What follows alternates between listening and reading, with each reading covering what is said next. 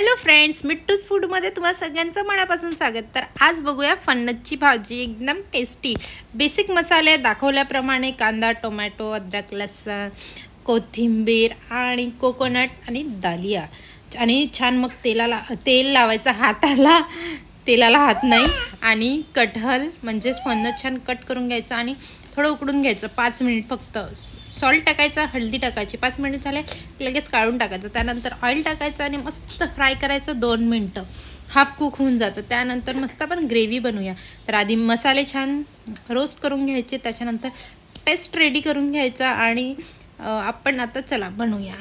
तर ऑइल टाकायचं, तेजपत्ता टाकायचा आणि जो बनवलेला पेस्ट आहे तो टाकायचा आणि बेसिक घरचे जेवढेही मसाले तेवढे सगळे टाकून द्यायचे. खूप टेस्टी वाटते, खूप मज्जा येते, एकदम यमी यमी. माझ्या तर असंच तोंडात पाणी येत आहे. आणि मस्त ते जे फणस आपण फ्राय केलेलं आहे ते सुद्धा टाकून द्यायचं आणि 5 ते 10 मिनटं कुक करायचं. आणि पाणी तुम्हाला किती ग्रेव्ही पाहिजे त्यानुसार पाणी टाकायचं, पण गरम केलेलंच पाणी टाकायचं. त्याच्यामुळे एकदम छान ग्रेव्ही पण येते आणि पटकन कुक होतं आणि छान एकदम यम्मी बनते. आता काय सांगायचं, खूप टेस्टी बनली होती भाजी. आणि कसं वाटते एकदा माझ्या सांगण्यानुसार या पद्धतीने बनवून बघा. कशी वाटते भाजी नक्की सांगा.